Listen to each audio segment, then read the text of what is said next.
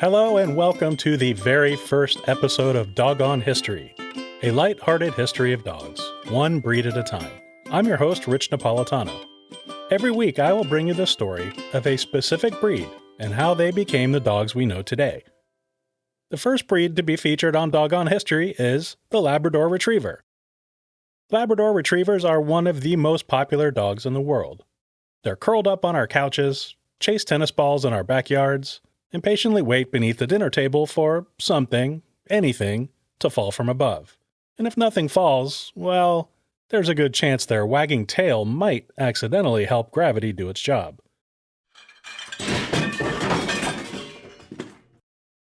Its story begins far from cozy living rooms, in cold seas, harsh weather, and the demanding world of fishermen. If you had to guess where Labrador Retrievers originated, you might say Labrador. That would be a perfectly logical guess. But it would also be wrong. The breed actually comes from the island of Newfoundland, just southeast of Labrador in northeastern Canada. In the 18th and 19th centuries, communities there depended almost entirely on fishing the icy Atlantic waters. Cod fishing ruled life in Newfoundland, and fishermen relied on their dogs nearly as much as their boats and nets. These early dogs were known as St. John's water dogs, named after the capital city of Newfoundland. They descended from working dogs brought by English, French, Spanish, and Portuguese settlers.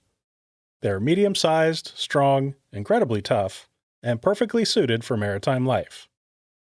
Fishermen trained these dogs to retrieve fishing lines, haul nets, carry messages between boats, and recover anything that fell into the water: fish, tools, clothing, sometimes even lunch.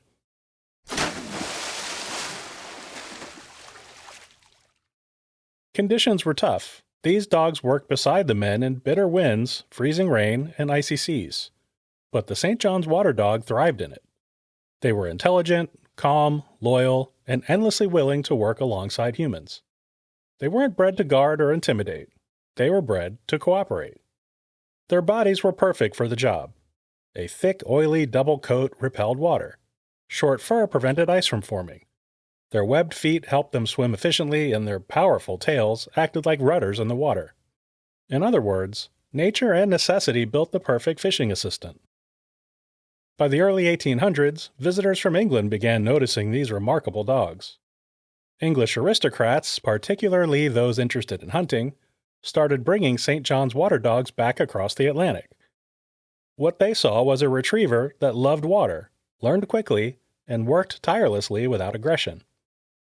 Irish dog expert H.D. Richardson wrote in 1847 that these dogs were remarkable for their diving powers, describing one that repeatedly dove to the bottom of a canal to retrieve stones thrown in the water.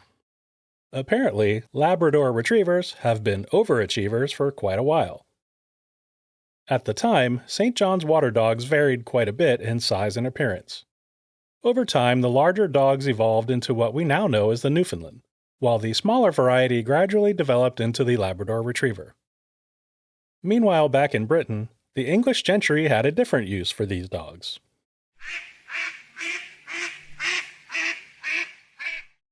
Hunting, especially bird shooting, was extremely popular. Hunters needed dogs that could retrieve fallen game gently and reliably, even in cold water. The St. John's dogs were perfect for the job.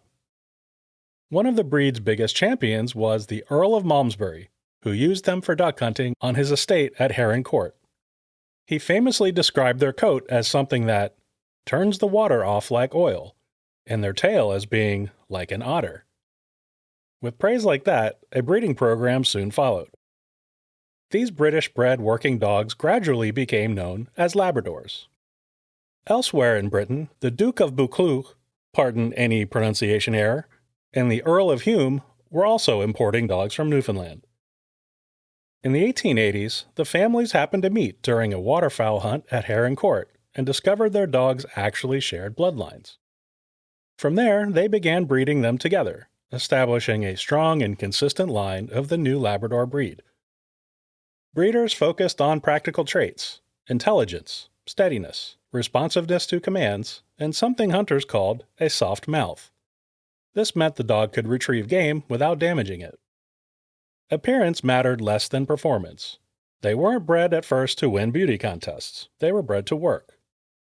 Over time, the Labrador Retriever began to take on a more recognizable form. Black coats were common at first, with yellow and chocolate colors appearing later through selective breeding. Size and temperament became more standardized and remarkably reliable. Meanwhile, back in Newfoundland, the St. John's Water Dog faced a much darker future. By the 1970s, only 2 known St. John's Water Dogs remained, and both were male. The breed quietly faded into extinction, but their legacy lives on through the Labrador Retriever. By the early 20th century, Labrador Retrievers were formally recognized by kennel clubs in the United Kingdom and soon after in the United States. When Labrador Retrievers crossed the Atlantic again, this time into American homes and hunting fields, the breed absolutely flourished, and nearly every feature on the Lab still reflects its working past. Their coat is short but dense, insulating them against cold weather. Natural oils help repel moisture so they dry quickly. Their feet remain partially webbed for swimming. Their strong jaws allow them to carry objects securely but gently, that famous soft mouth again. And then there's the tail. Often called the otter tail, it is thick, muscular, and incredibly expressive. In water, it works like a steering mechanism. On land, well, it works like a highly efficient coffee table clearing device. But the most defining trait of the Labrador Retriever isn't physical. It's their personality. Labs are famously friendly. To a Labrador Retriever, there are no strangers, just friends they haven't met yet. Typically not the best of guard dogs, but they are phenomenal companions. They're intelligent, eager to please, and extremely motivated by food. Labs will eat first, ask questions later, then check to see if anyone else has leftovers. That being said, without enough exercise, Labs can become overweight or destructive. Beneath that friendly personality is still a working dog that needs activity, play, and mental stimulation. But when those needs are met, few breeds are more adaptable. Even today, many Labrador Retrievers still perform important working roles. Hunters continue to rely on them as some of the best retrieving dogs in the world, but their most meaningful work may be outside the hunting field. Labs are among the most common service dogs worldwide. Their intelligence, focus, and calm temperament make them ideal for guiding the blind, assisting people with mobility challenges, and supporting individuals with PTSD. They're also widely used in search and rescue missions, capable of working long hours in difficult conditions. Labrador Retrievers help detect drugs, explosives, and even certain medical conditions like low blood sugar or seizures. In every role, they operate the same way their ancestors did, with enthusiasm and a willingness to work alongside us. Popularity of Labrador Retrievers exploded after World War II, as suburban life spread across North America. Families wanted dogs that were safe with children, adaptable indoors, and friendly with neighbors. The Labrador Retriever fit that role perfectly. By the late 20th century, Labradors were everywhere, appearing in movies, television shows, advertisements, and public service campaigns. They became a symbol of warmth, trust, and the classic, happy family dog. For 31 consecutive years, the Labrador Retriever ranked as the most popular breed in the United States, according to the American Kennel Club. It finally dropped to number 2 in 2022, when the French Bulldog took the top spot. But Labs still remain at number 2. Some famous Labrador Retrievers include President Bill Clinton's chocolate lab, Buddy, Prince William's black lab, Widgeon, Marley from Marley and Me, and Jake, a national canine hero who performed over 400 search and rescue missions, including work after 9/11 and Hurricane Katrina.